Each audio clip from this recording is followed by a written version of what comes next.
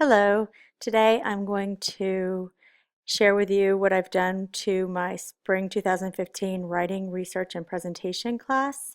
It's a academic challenge course, which means that it's part of an accelerated high school program. I teach English language arts on ground to 8th graders that are taking a ninth grade curriculum.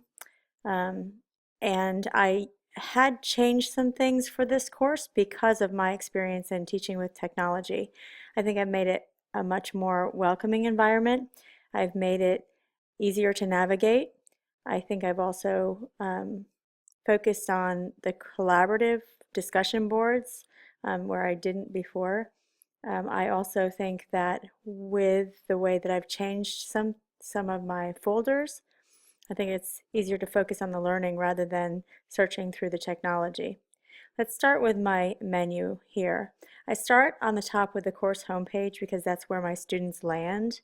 I want them to be able to see their report card because they're very grade conscious, the announcements, and what is due next, what's coming up next.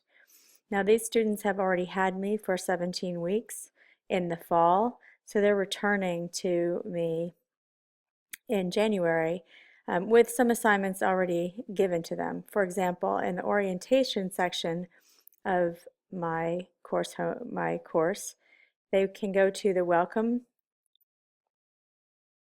tab and get a Prezi with the course introduction. They can get a Prezi that explains what the term is going to look like to them, what the major units and projects are going to be for the term, and of course the grading policies.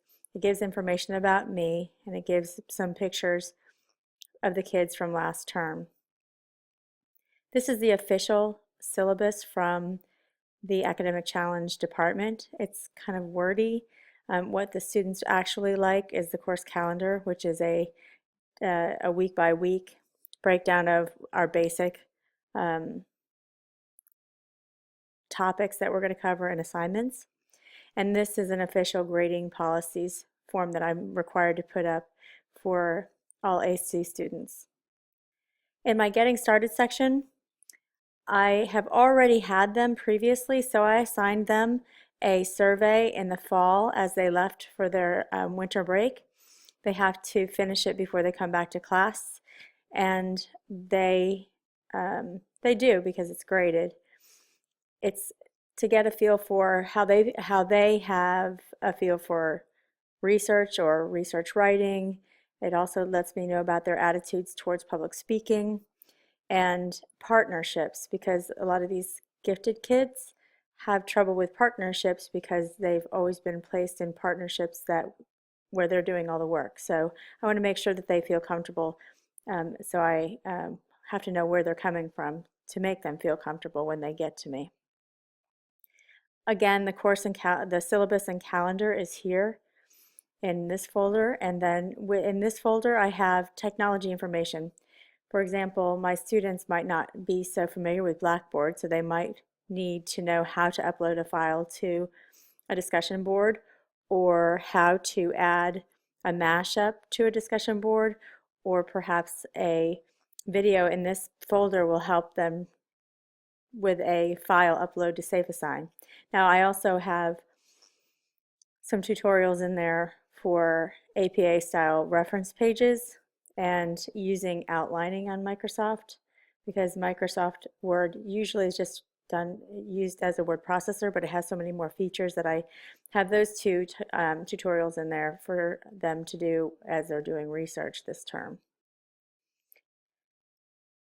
In the Getting Started folder, that's all I have. I keep it pretty simple for my 8th graders. The instructor information, they already have this information from the last course, but I make sure that they have it here too. Under learning materials and learning materials, I kept it simple again because these are 8th graders. I don't think they need a whole lot. What they're really concerned with is the class agendas, assignments, and materials. And I changed a lot in this folder, in this tab, because I had before just week 1 without the agenda.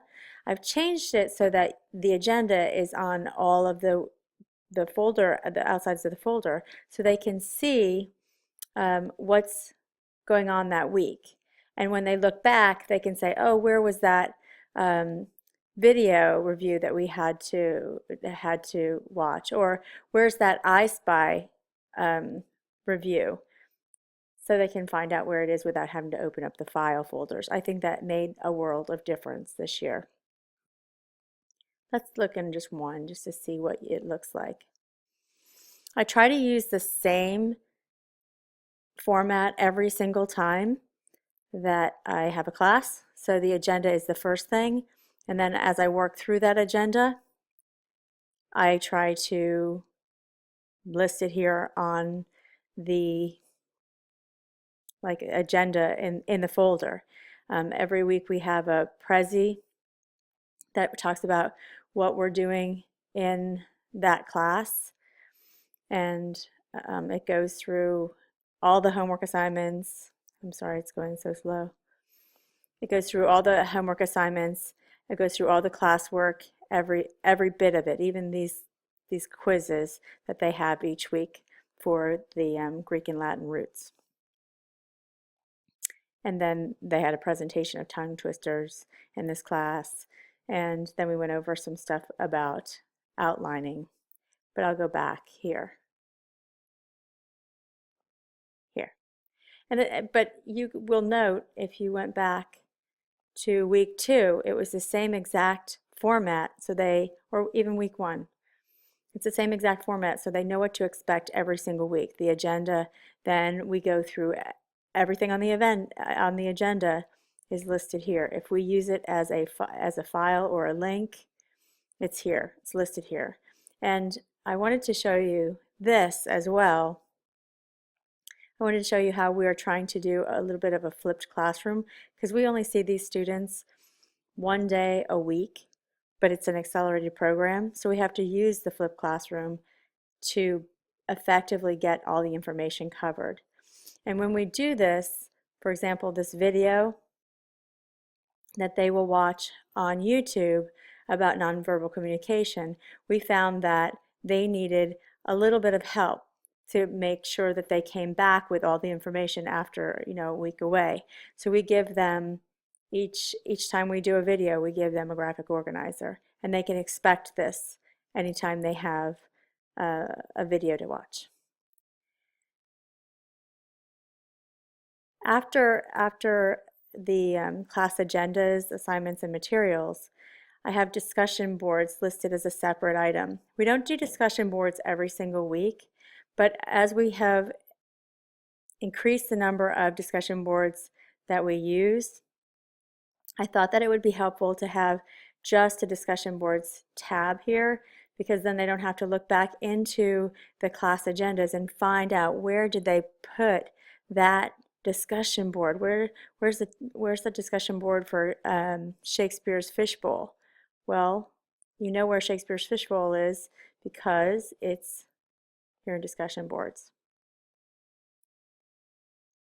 And then after the learning materials section, I have tools that they may use that shows their grades. Then it also has the course email where you can email your instructor or the other people in your class. This is automatically in Blackboard, any Blackboard class, but I do point out to them the Blackboard help is very helpful when they first start in the fall to understand how to work Blackboard and the ins and outs, do's and don'ts of Blackboard. So that is how I have updated my on-ground course for writing research and presentation because of what I've learned in my Teaching with Technology course. And I used Screencast-O-Matic to record this, and it was fairly easy and free. Thank you.